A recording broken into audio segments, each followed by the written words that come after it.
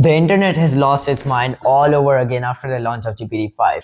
GPT-5 has passed more academic exams and placed top on more AI benchmarks than any other large language model out there. It has top in every single field: mathematics, science, creative writing, coding, all of them. Now, all of that might be very good on paper, and that just leaves one single question: how good is it in the real world in business applications? What it's really good at, what it should be used for, and what it sucks at. My name is Hunain, and over the past 1 year, we have saved over 28,000 hours for businesses using our AI systems. And we are always on the latest news, testing out the latest products. So let's get right into it. Some of the examples that people are going crazy over is how they've cloned like literally anything they want to. Snake game, but in a completely new way, like a hexagon play field. Someone has like one-shot wipe coded space sims, meditation apps, Duolingo clone, Windows 95. They have cloned the entire functionality of Excel, cloned Photoshop as well, and then they have created an entire 3D editor that has tons of options for manipulating cool stuff in the buildings, basically without touching any code. All of these crazy examples are good, and these come up every time these LLMs are launched. That's why we first test them in our business first and our everyday processes and the systems that we are building. And they all have their caveats, specialties. I've been playing with it for the past few days in the tasks that I do and consume tons of content on it. From my experimentation, it's really good for general tasks. So the other day, I wanted to write scripts for my ads, and I was pretty blown away because my experience has never been this easy to write scripts. I generally give out of the business info and then a decent prompt and see where it goes. This time I gave it my business info and a very simple prompt. And what I got was pretty good. And pretty much a final script that I got out of that. Using that, I was able to generate like 10, 12 scripts in a single session. I have never had such a good experience with using AI. It's always been prompt, provided like tons of files with hooks, refine it over and over again. A couple of prompts here and there, and basically this was completely refined and ready. So looking at that, it's very good at general tasks, and it's also very good at matching a metaphor to a completely unrelated field. Then I gave it tons of data, financial data to play around with. It went through the entire thing within like 10 to 12 seconds, and it came up with a conclusion, actually spotted the entire problems, which the other models generally take at least 60 seconds to do. Gemini 2.5 Pro was not even able to spot the problem on that one. Now, going through these scripts, I noticed one thing. It started losing context later on. It lost some of the requirements I had. It lost some of my context on the business. It started losing a sense of what my product was and the specialties I had.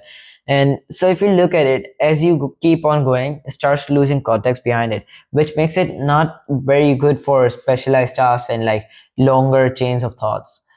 And in my experience, I don't think that's a good idea when you are doing coding with multiple files, or if you want to use it in your entire code base. But then GPT-5 was plugged into a customer support voice caller system, and looking at the data, it was actually horribly bad there in real time. It took 5 to 6 seconds. GPT-5 mini and nano, both of them took at least 5 seconds, and generally it was around like 7 seconds when they came up with an answer. So it's accessing tools, understanding everything, and then coming back with a response. Pretty complex task. But the other models have been able to do this very well. For example, GPT-4 and GPT 4.1 were able to do these tasks within like 0.4 seconds, 0.5 seconds, and milliseconds matter during a voice call, especially if you have a business. So looking at real time, it's really bad for now. Another issue that has come up is you should not also expect it to write really long detailed reports, especially in the fields of like medical stuff and business intelligence.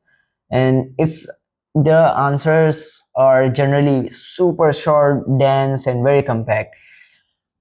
While it's efficient, if you want a more detailed and thorough investigation, the other models might be better. It has lost all personality and emotional connectivity that GPT-4o had, the personality GPT-4o had. And due to that, OpenAI actually experienced a ton of backlash, and they had to bring back GPT-4o. due to that personality. So it's definitely not very good in therapist tasks. You can use it to write a dozen really, really good scripts within minutes. That works. You can also use it to build working prototypes for your softwares.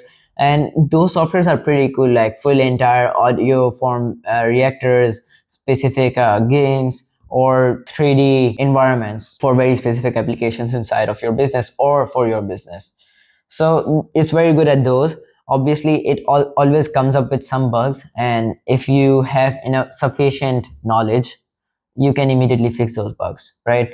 Or you can prompt AI into fixing those bugs. This will allow developers to prototype in hours instead of days. So do not expect perfect outputs. None of this is perfect. You should not also expect it to write a really, really, really good specific deep research that with everything that you ask for or need.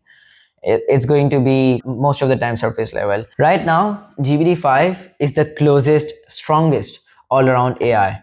It's not a revolution in every way there is, but it does set a new bar for coding and reliability. Now, there are some flaws you cannot ignore, but if you use it where it is best, it is a pretty huge upgrade.